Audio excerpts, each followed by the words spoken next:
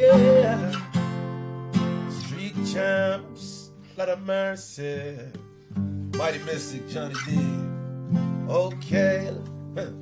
I and I come from Goshen, Goshen, Goshen. On a farm down a Goshen, Goshen, Goshen, yeah. Right by Junction, close to the Santa Cruz. Have you ever been to Street Champs? Wagwan, what's up? What's poppin'? Damn, I love that, man. That's awesome. I think that was the best intro. Yeah, Yeah. wicked, wicked. Yeah. Wow. All right, guys. Street Champs. We're here with Mighty Mystic. How you guys doing? Good, man. Good to be here. Good to be here. Hell yeah, Yes, man. sir. Thank you guys so much for your time. You guys are on tour right now. 100 dates this year. 100 plus dates. We got until September 2nd to finish it up. Wow, So it's been nonstop. that's insane. Can we get some introductions? And you guys individually?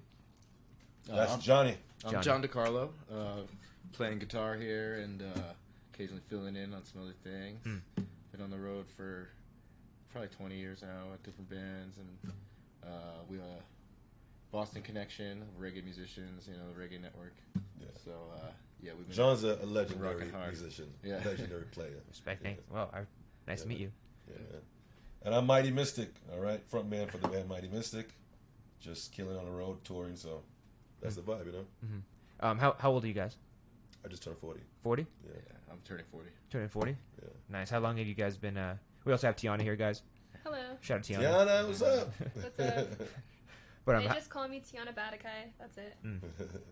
how long have you guys been doing music? Ooh, forever, man. I've been doing this since I was like early teenager, to Really? be honest. Can I just bring this up?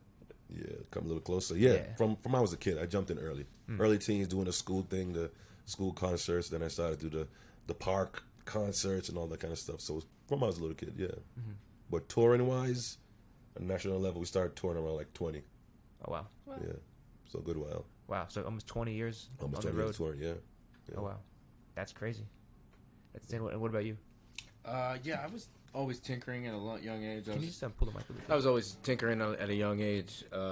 You know, I was just telling him the story. I was sneaking in the closet to play my dad's guitar, or my sister had a keyboard out. I would, take her keyboard and kind of mess around.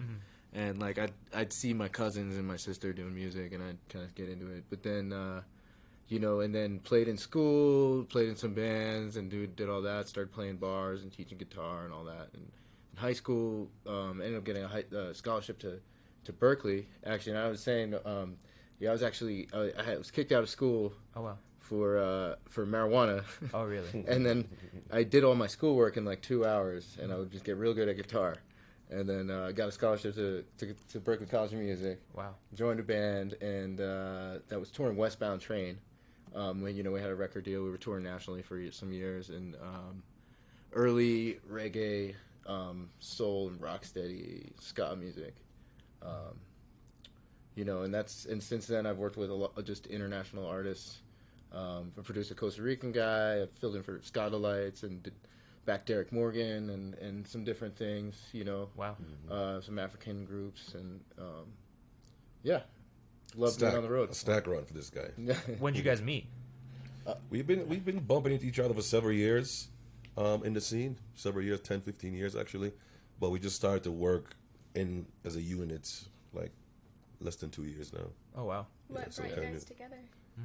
We just under now, but we kept seeing each other, bumping up at each other on every show, every festival, every nook and cranny. So we're like, bro, it's time to start working together, And it just happened. And John's kind of similar. We have a similar mind on how to build and grow this genre, and traveling and touring, and we both get along really well on the road. And that's a key part of having a successful unit, a successful band that can tour is actually being able to be in the same room, same vicinity as somebody else, because that shit is really important. So, we're doing it. You guys, what's the travel situation like on tour? What are you guys driving in? Man, only if you knew. We've been in a few vehicles this tour already. Yeah. We had some So vehicles for troubles. But We have a 15-passenger van, but last week we blew the transmission. Wow. Oh no. Right in the tour, blew the transmission, so we were on the verge of having to cancel the tour, but we didn't do that. So we contacted a friend of ours who has a smaller type of van. We drove back from West Coast to Pennsylvania, picked up the tour van, his van, went to U-Haul, got a U-Haul trailer, hooked it up, and put all the gear in the U-Haul, and then we're back on the road, and no shows was canceled. We just did like this crazy day of driving up and down and trying to piece this whole thing together. Wow. So, you know, nothing canceled, but we're here, we're good. Yeah. Damn, that's dedication. Shit happens on the road. You wouldn't believe it. You can plan a set thing out, what you're going to do, how it's going to look, but most of the times you have to be able to bob and weave and adjust to the shit that happens on the road. There's always something happening. What's like the craziest thing that's happened on this tour so far? Or maybe a past one? That on this tour is probably that, you know, that situation. And now the van we picked up, all y'all watching on, it has no AC in it. Oh, Which shit. is hard to do out here in the West Coast where it's 110 degrees. Jaja. But we're good. We're loving it, man. We're loving it. You know, it's part of the journey. It's part of the road life. But yeah, we saw some. You know, I was just telling you, we love getting to see what everybody's doing in different communities. You know, so we were just telling you about a master glass blower in the Cleveland area. You know, we've got some friends in Pittsburgh that he's a genius winemaker, the Deadhand Winery. Oh wow. You know, we got to see Reverend Guitar Company just send us a bass that we got today, but we got to go hang out with them and see their operation, to see Sweetwater Sound, we got some military training the other day. We got to swing a samurai, a katana, break the sound barrier. Oh wow. You know, but that's I think one of my favorite part about this tour so far is that pretty much every day we've got to see some really awesome stuff outside of our show, and then also making the TV morning shows and radio shows and stuff. Outside of that, because that's a big undertaking in itself. We've somehow managed to do all these other things that are really educational and important for the journey. We want to know what's going on with all the people that we're meeting, and with whatever's doing. Yeah, Johnny's right. For us, it's not just getting on stage and performing. There's so much more to music and to doing what we're doing. It's like meeting people, seeing what's going on in each community is very important to us. So we learn, and that's honestly how I write my music. Traveling, meeting people, seeing what the struggle is like for different people, and creating music. So we love that aspect of it. As far as back home goes, you guys are from Boston, you said? I'm from Jamaica, but I live in Boston. Oh, okay, from Jamaica. From Jamaica, but I live in Boston. When did you move? I came young. I was 10, 11 years old, but I go back several times a year. Oh, really? Majority of my family is still in Jamaica. My dad's there, brothers, sisters are still there. What brought you to America? My mom came up, and she brought the younger kids, myself and my sister and my brother, up. So we came up with mom and immediately kind of got into the local music scene. Like the hip-hop scene was bubbling at the time, so we kind of got into that. And that kind of kept things together. Because, when you first come... Let me rewind. So I'm coming from an era in Jamaica where it's like bush country, like bush. To move to like Boston, which is like a big city, skyscraper and all that stuff. So that took some getting used to. But the music that was popping in the area was really helpful. Hip hop, the reggae scene really helped kind of assimilate to the culture and kind of grow and learn. And it's been really helpful in my career. Are your sisters and mom musically inclined? My mom was the choir teacher in church when we were kids, so singing was a thing we do in the house all the time. Mom was always singing. My brother plays the guitar, so he would play and I would sing and we'd create music from your little kids, listen to the local radio station and kind of copy what was going on. And, I do the writing, he do the playing. Yeah. And what about you? You were born and raised in Boston? I was actually born Stamford, Connecticut, which is it's a pretty big city, but close to New York City, so it's New England, but kind of that, I grew up kind of getting to see music in New York City, kind of feeding off of that, but also, and then like I said, I ended up getting to go to Berkeley, and I moved to Boston, and then I did go on the road, but somehow I just kept coming back to Boston, so. I'm not exactly sure what Berkeley is. Can you? Oh, sorry, Berkeley College of Music. No, but what? It's Is it in Boston? In Boston, okay, correct. I'm sorry. It's not. There's another college, Berkeley, with a Y in California. That's what I thought. It is confusing for real. Yeah. Okay. But so Boston has several music schools that are some of the top schools. They have a New England Conservatory. I think there was a Boston Conservatory. Emerson is big in theater. So there's a lot of and then you have Harvard, MIT. There's kind of a lot of great minds in Boston. So maybe that's why I stuck around too, I guess. I don't know. You guys have kids back home? I do, Families? yes. I have a wife and 3 kids. Oh wow. I started early. Three big kids. How Yeah. what's the youngest? Youngest is 15, 16, 23. Oh wow. Yeah. Okay. My oldest son, Tyler Loyal. He's got a nice record deal. He signed a record deal a few months back. Oh wow. He's doing his things, releasing an album as well. So music is in the family. His name's Tyler Loyal. Tyler Loyal. Yeah. That's a pretty name. That's Yeah, awesome. man. Yeah, thanks. Does he sing or does he play? an Yeah, he's instrument? like a singer. It's like a Drake type of vibe, but he plays a little guitar. But he's mainly a singer rapper. That's awesome. Wow. Yeah, we'll have to listen to some. Yeah, something it's after. pretty badass. He just got signed. You said. Yeah. Are you guys currently signed? No, we're independent. Independent? Independent. Yeah. Okay. Yeah. The What's- way we like it. Really? Yeah. Why? Freedom to create, do what you want to do, travel where you want to go, do all that kind of stuff. So I'm all about being independent. Mm-hmm. Yeah. Do you ever have you been approached? Have Yeah. people? Yeah, many times. Mm-hmm. I was signed to a company called Electra many years back. And that was kind of not really my speed. Mm-hmm. So I prefer to be an independent. Mm-hmm. You know. The new album that just came out, it's Giant Yeah, Mystic. yeah, Giant. Yep. Giant Mystic. So Giant came out last year. We released that through VP Records out of New York, which was like the big reggae label. Mm-hmm. So they released it, but under like my own imprint. Mm-hmm. So it was pretty cool to have VP back the project. But even though they back the project, I still have the freedom to choose anything I want to put on there, market it, promote it how I want to do it, tour wherever I want to go, hire anybody I want to hire, and I really like that aspect of it. How do you go about setting up a 100-day tour though? You're the one making these calls to these No, promoters, or what's no, going on? we have an agency Okay. that does all the booking for us. Okay. And then there's a publicist that lines up the TVs and radios and appearances and newspapers and things of that. Wow. So yeah, there's like a whole team that kind of helps us out. Mm-hmm. Yeah. How many people are in your team? Ooh, Good question. there's like 12 people. Con band members is like 12 of us. Okay. Yeah. Wow. Yeah. Are they? Is it family, or is it people that kind of you just No. acquired through the journey? Yeah, it's just people that we've acquired through the journey and meeting people who have been doing it for a long time and like-minded people. So yeah, I don't know if family is a good link to put into when you're doing this music thing here, because sometimes you might not agree on certain things. Mm-hmm. Yeah. Has it happened? You guys argue at all? Not really. No, we chill. Yeah. Both of us just chill. We just chill. Really? Yeah. That's fair. Speaking of chill, should we roll something? I got some right here. I got a bunch of weed from our sponsor Kushmas. Okay. What you got? Got some. I think it's called Miami Mommy. Miami Mommy. Yeah. All right. So going back on the whole timeline of things, do you guys graduate high school? Yeah. Did you guys go to college? Oh, you said you went to Berkeley. Went to Berkeley. I did 2 years at college, but that was all I could do. I almost finished college. You almost finished. Yeah, I almost finished college, but Berkeley has a stigma because the music school, that if you don't finish, you'll be successful.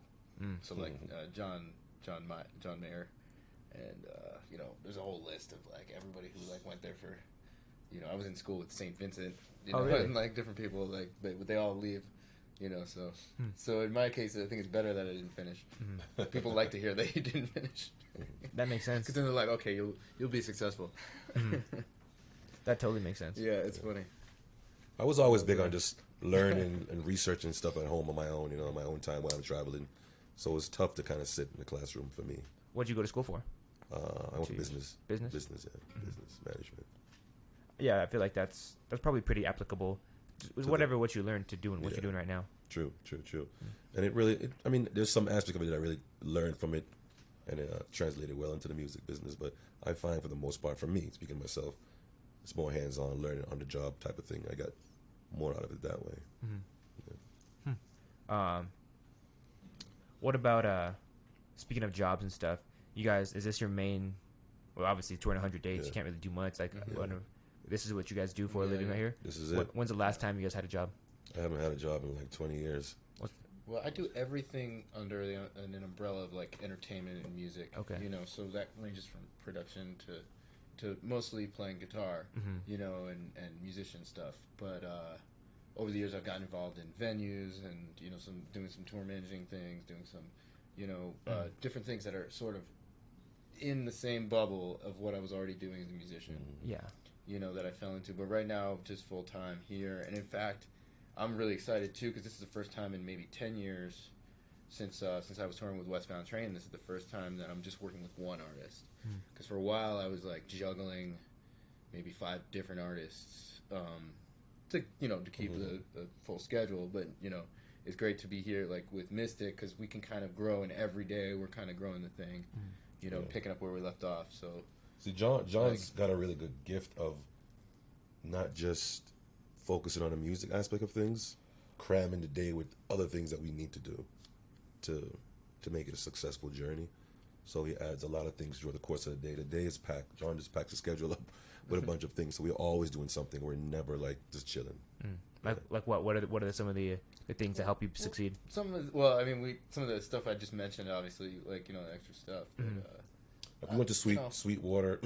yeah. Check out their facility a couple of days ago. It's a music facility, awesome thing over there. They do a lot of live set and big outdoor concerts. So we built a relationship with them. Went to Reverend Guitars, picked up a new bass for this guy here.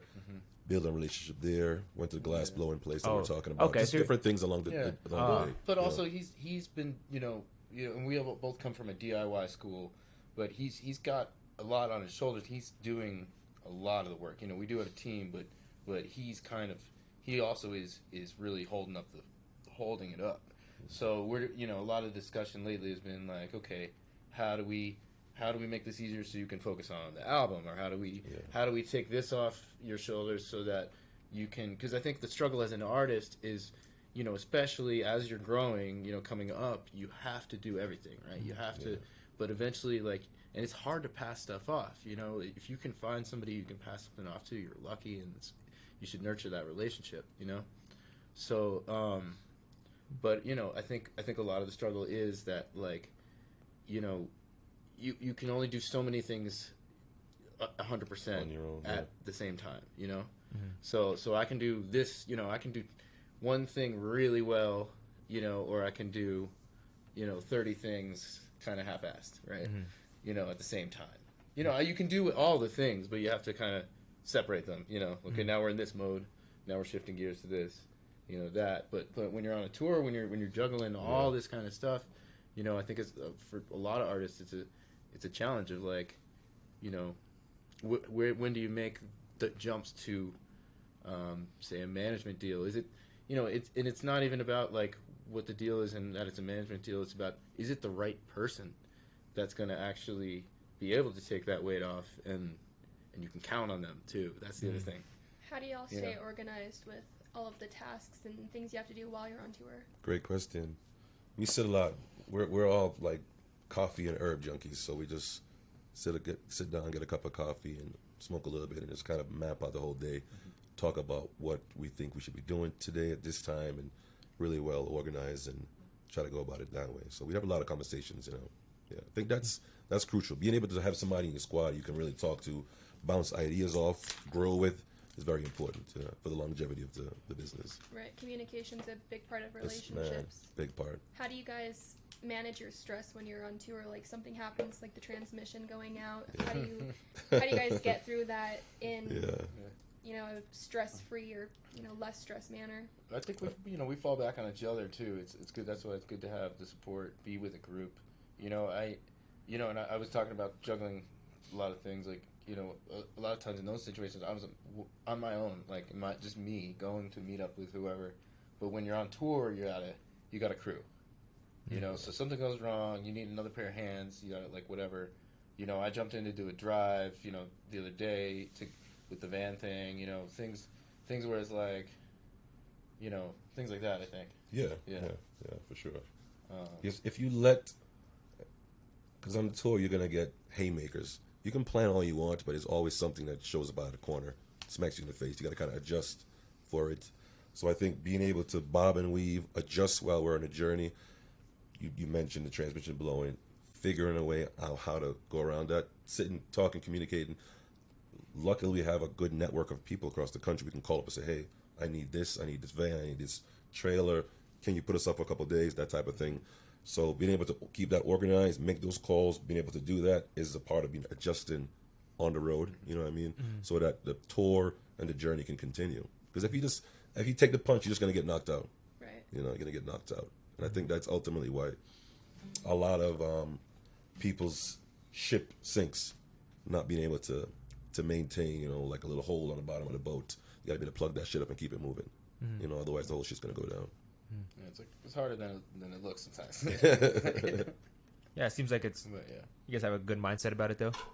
Who's some For of sure, your yeah. inspirations when it comes to making music and stuff? Man, I was born in Jamaica, a place called Goshen is in St. Elizabeth, Bush, the countryside, like I was saying before. But I remember the first time I heard Bob Marley's music. I was out on my parents' veranda, we call it veranda, so the porch. And it came on the radio station. It was his song, Buffalo Soldier. Buffalo Soldier.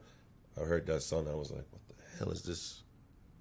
Brilliant. I was a kid, you know, I was like 5, 6, but it hit me so hard, even as a kid, you know. So Marley's music really, really spoke to me from then and still speaking to me now. There's just something about the sound, the voice, the message, like a fish hook that's really hooks into your soul and pulls you. So for me, Bob was big, you know, but other guys, once I came to America, hip hop like Nas and rock and roll stars, you know, Aerosmith and different guys kind of played a part in my overall sound. But Bob was definitely like the foundation for me. Johnny? Yeah. So lately, it's funny, we've been talking about Bob and Scratch. They're like, he's Bob, I'm Scratch. Lee Scratch Perry. Yeah, so I don't know who that is. Lee Scratch Perry. Produced Famous Bob Marley. producer, He was one of the producers of really? Very eclectic mind and Yeah, after, I guess African Arabsman would be the album, but it was after the Catch a Fire with Chris Blackwell. He came back and he recorded a lot of material with Lee Perry, and Lee Perry was a Studio One engineer. I think he started as a janitor in Studio One and became the engineer and an artist himself. Oh wow! And then he's one of the fathers of dub music, you know. So he's one of the greatest producers of all time. He produced The Clash. He went to London, and then later Bob Marley linked up with him again, and they did Punky Reggae Party, kind of commenting on the scene there in London. What was going on, punk and reggae were like mixing in this really beautiful way. So Lee Scratch Perry lately has been a big inspiration. I had a moment with him. He passed away recently, but we had played together, and it was the end of the night. I had seen him, and we talked in the green room, and it was the end of the night. He sang goodbye to everyone. I kind of stayed out of the way, whatever. And the whole place emptied out finally, and they're trying to get him out of there, and everyone's gone. And the guys are like, yes, they finally get him in the car. They just want to go home. They start to drive away to the hotel. He makes them stop at the end of the parking lot behind Brighton Music Hall. And he gets out, and he walks all the way back down to the alley and just gives me a big hug. And I was actually going through really some tough times in life, so I was like, no one else knew that, but I was like, he knew that. Yeah. He came, and I draw inspiration from that moment with him. I was like, he wouldn't leave. Actually, they were pulling away, and he came all the way back just to give me a hug. Wow. Yeah. And powerful. and I was producing. I had a record nominated in Costa Rica as a producer at the moment for Reggae Roots Album of the Year in Costa Rica. Right when that happened. So for me, as an artist and producer, that was like my, something I remember to kind of keep me going, and yeah. Wow. It's the sometimes the small moments that just so impactful in your life and your career. So John is expressing his small moment. It was big from him. Yeah. So, That sounds powerful, Yeah. man. I mean, he had a relationship with Bob Marley, man. One of the greatest to ever do it, make music. Yeah, That's Scratch insane. Perry. Yeah. And Larry McDonald is a close friend who was in his band. He plays with the Scotolites and Can I say after you Lee to the Perry. He was Bob Marley's percussionist. So he was there. Oh, that foam panel just fell off the wall. L form panel, what you doing? Yeah. Run. How funny! I saw you Right. hit you in the head. And me and Larry actually did get to play together the week Scratch passed with the Scotalites. And Mighty Mystic was there. And I also played with Talking Dreads, another group that night. And so we were all there. That was the week. That was the week Scratch passed away. In Providence with some of the Marley kids. There was Julian was there. Kamani was there. Just from old age, I'm assuming. You know, I think he was sick and he wasn't getting the treatment he needed. I know, you know, something about that, but you know, it's tough. Yeah.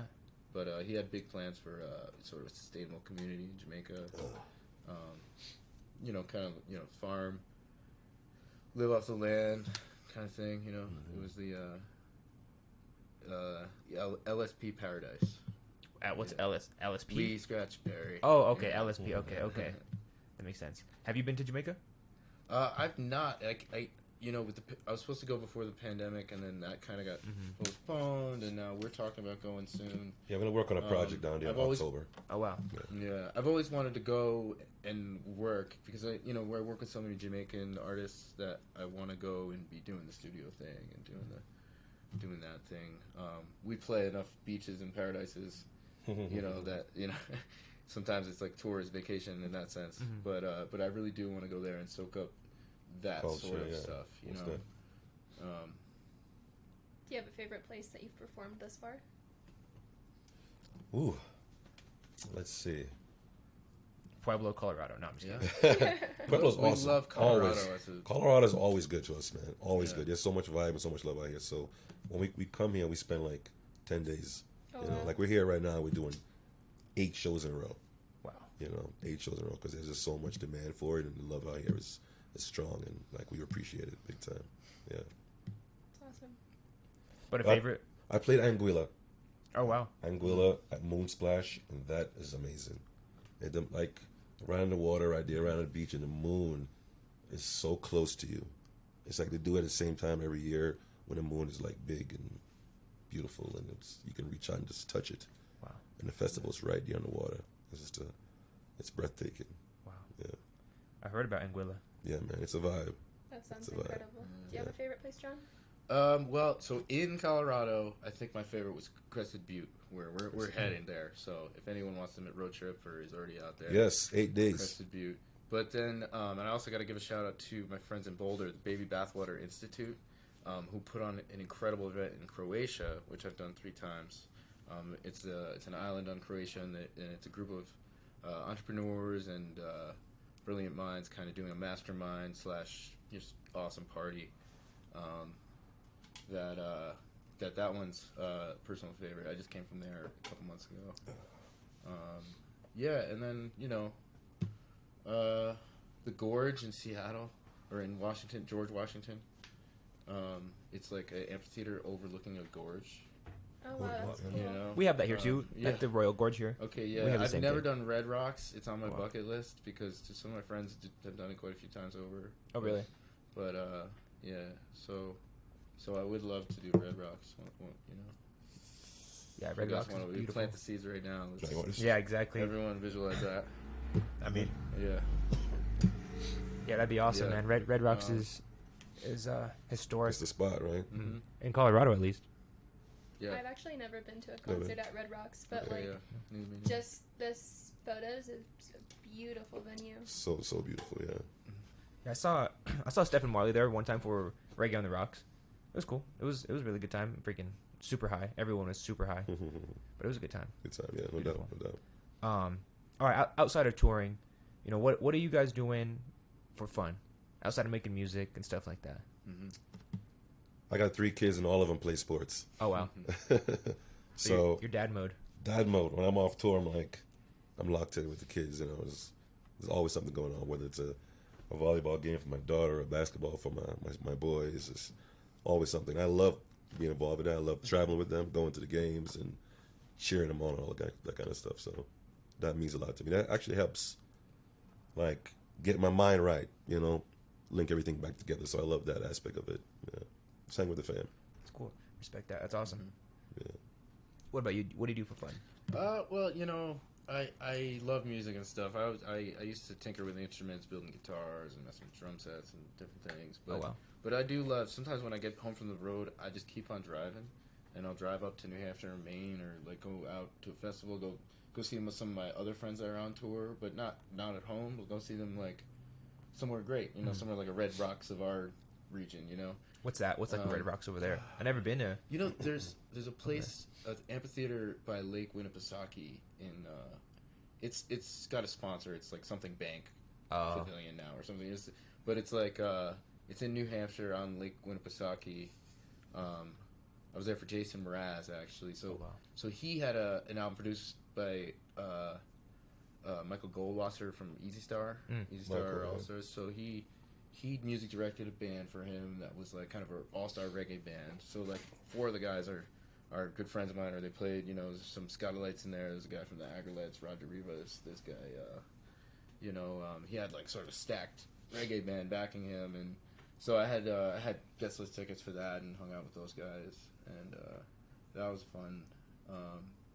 You know, but you know, I'll just keep driving. I just got a vintage camper trailer. It's like a 1969 Shasta Low Flight. Yeah, he helped me. He helped me go look at it, and we were like, you know what, this looks all right, you know, and. When you travel so much, like you want to have like a spot in the van you can just go back and just relax. So it's good, you know. We have the camper, you can just go back there and chill. Oh, you guys have that on tour right now? We normally do, but with the stuff that happens, so you know, we're traveling a light this time. Oh wow! Yeah. From what year? This one we believe is around 1969. It's you know, they and it's a Shasta low flight. So Shasta is like a classic one, you know, that I don't know. they call them like kind of tin can campers or whatever. They were like, well, basically after World War II, there was all these companies that were tooled to build military housing, temporary housing. So they'd bring it in on a trailer or whatever, and they'd leave it, and then that would set up, you know, little like a trailer park basically. And once the war ended, you know, and during the war, you couldn't really even make products for sale because all materials were were devoted to the war, you know, tin and all that stuff. So after the war, all these companies shifted to camping. They became, you know, everyone's heard of Airstream. Yeah. You know, there's one Spartan. There's quite a few. There's Shasta. There's quite a few that you know, popped up, and all of a sudden, you know, the war's over. It's all about, you know, the great outdoors, American dream. Go camping with your family. You know, you know, and it's a great idea. You know, too, because it's like, you know, we're talking about it bringing, you know, bring music back to the household. You know, but you're taking your family on a camping trip with the acoustic guitar, you know, and all that. You know, and for me, it's like I can bring it. You know, I brought it to some festivals this summer, but then. You know, then on our days off, I just camped out. I didn't even have to drive home. I like that. You know, and I've got my guitar there, and actually I'm building I have all this. It's all set up pretty much for when we get back to be a mobile studio and. Oh wow! And so you renovated it. You renovated the inside. Yeah, not really, but I have a small rack of, basically, you know, I had a home studio and I was in different studios and stuff, so I have some gear, recording gear and stuff. And I have that just in there in a small rack and a laptop and. What do you know? What I got to renew my Pro Tools license. Oh, it's Pro Tools. You know, I had canceled my subscription because that's where they are these days. But yeah, it's but when I get back into recording, I'll renew that, and then we can run Pro Tools right out of the trailer. And we want to do video content. We want to do some acoustic stuff like. You guys have a videographer on tour right now? No, we don't. We do have a couple friends that do come sometimes. So, Marlon, our friend Marlon. Yeah. You know, sometimes people can come for certain shows. Like, yeah, not all. Maybe one show, or maybe it's a week. You know? Yeah. When that's one thing. I've interviewed a few bands over these last 2 years. Ballyhoo, they had one of like the complete tour. They had the marketing guy was killing it, man. He was just really impressive. It really showed me, you know, get the most out of every single like interaction and performance. They I think Ballyhoo is really doing something great with their marketing Nice. and their social media. Yeah. As far as the reggae scene goes. What about tours and stuff, festivals, and are you guys on what some of the bands you guys have opened for? Yeah, we're on this big one coming up, Dry Diggins. That's the end of August, and that's a really big one. There's Proteges on that one. Wow. Dirty Heads, Slightly Stupid. So it's a dope one. We're looking forward to that one. Yeah, it's a huge lineup. It's a huge lineup. Yeah, man. Wow. I was looking at some of you guys' albums. You know, you would take a two and a half year break in between your albums. What is the reasoning, or what is the thinking behind that? I like to just take some time on the road and then kind of create that way. And, you know, while I'm off the road, just spend some time writing and really molding it. And that, to me, just takes some time. You know, it takes a couple of years. I didn't really want to rush the projects, kind of work my way into it. But I think, you know, the way the landscape of the music is going now is like quicker seems to be the move, you know, releasing music a little quicker than normal. So working on that angle too. How do you feel about that? Are you guys with that, or kind of against that? The speed of it? You know, it's interesting because I think maybe it's an expanding and contracting thing. Like, you know, long time ago, 60s or, you know, early record industry, they put out albums a lot quicker. And then now the thing is more, obviously the touring is more where the music is and where the money is in the music industry. And, but yeah, I think, you know, the U.S. has always been sort of a singles market. So, like, if you have a big single, you can have a big tour, you know? So from that aspect, it's like, keep putting out singles, keep putting out, you know, definitely continue to produce new material, new works and stuff, you know, because you guys have been connected for 2 years, you said? Well, before that, are you releasing singles yourself, or are you releasing? So the first group that I was touring with, I was like kind of international level, was a group Westbound Train. So it did have a record deal at the time with Epitaph, which is it was the biggest independent record label. So yeah, it was Bad Religion and Offspring. This record put him on the map. Smash put him on the map, which was a record I grew up with. So that was cool when I got there, and it was like big plaque in the front office. I was like, wow, this is what I was listening to in middle school. This record is here. I'm on their label. So like that was cool. And we always got a lot of love from all the punk bands. We did Warped Tour. We did all that. But they put out a few records, and we had some other labels. Then I did release. I'm due for a solo record. I said you only get one first record, but I did release some like tour only demos with some solo material that I've toured on the road. That we're doing actually a song or two here and there on this tour, and so yeah, it's right now. And then I've produced some stuff for I mentioned a Costa Rican artist, but some collabs and stuff like that. So. It kind of, for me, it's run a range, because it might just be me playing guitar on someone else's record, or it might be something I've written and produced, know. But I don't think you said your inspirations when you make music. Who are you looking to? Well, I was saying Lead Scratch Perry. Oh, that was right now. That's my biggest. I'm sort of like drawing from that, and actually lately on my journey, kind of this year, like I've kind of ended up. I had a 20-hour layover coming back from Croatia in Amsterdam. My first time where I could actually be in Amsterdam, not just in the airport. And as it turned out, Scratch's band, Lee Scratch Perry's band, Subatomic Sound System, is touring with Jack Johnson. Oh, wow. So basically Jack Johnson, again, Scratch, one of the greatest producers of all time, produced Jack Johnson before he passed away. And they're touring together, his band and Jack Johnson. And so I got to catch, it was a sold out huge arena show for Jack Johnson, but I got to catch his band, and then one of our friends, Green Lion, put out one of his last songs as well, and here you go, mister. I caught another group in Amsterdam, the Interrupters, and their trombonist happened to play on that track, the Green Lion track, and there's just all these weird little coincidences that keep popping up, I could go on and on, but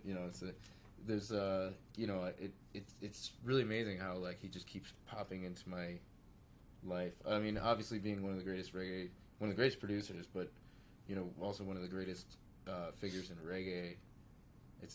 It's not that crazy that I keep coming. It means something, man. Yeah. It's kind of expected because we're in this reggae world. It's a small world. But actually, so when we played the Austin Reggae Festival, it was the day after 420 at Red Rocks. There was a big show. I can't remember who else was on the bill, but it was the Lee Scratch Perry memorial show at Red Rocks, or Lee Scratch Perry Legacy. Yeah, with the Subatomic, same guys. Really? Yeah, that was his band for a long time. Yeah, to be honest, you're naming a lot of bands. It's the first time hearing about them, but I'm gonna do some diving into you'll them. Find it. Yeah, that's awesome. And it's funny because it's I bet you find like, oh, I already knew this song, and you just didn't know he was the producer of it. Exactly. Especially with Bob Marley. If you know Bob Marley well, you've heard Scratch Perry's production. So fairly well. Yeah. Do you guys have you said meet and greet? Is it a specific? Yeah, we're gonna be at the venue. Okay. Is it a specific time? It's 6:57. I actually think we got to be there at 7. Oh shit. Yeah, we should probably wrap it up. Okay. Yeah. Do you guys want to tell people where to follow you guys and where to check you guys out? Yeah, man. Everything's Mighty Mystic. All the social media, Mighty Mystic. The website's the same thing. Please reach out. Like I'm the artist that likes to interact with the audience, with the fan base. So if y'all want to speak to me, just link up. All right. Hell yeah. Respect. All right, guys. Check us out. Street Champs. Follow us on Apple Podcasts, Spotify, all that. All right.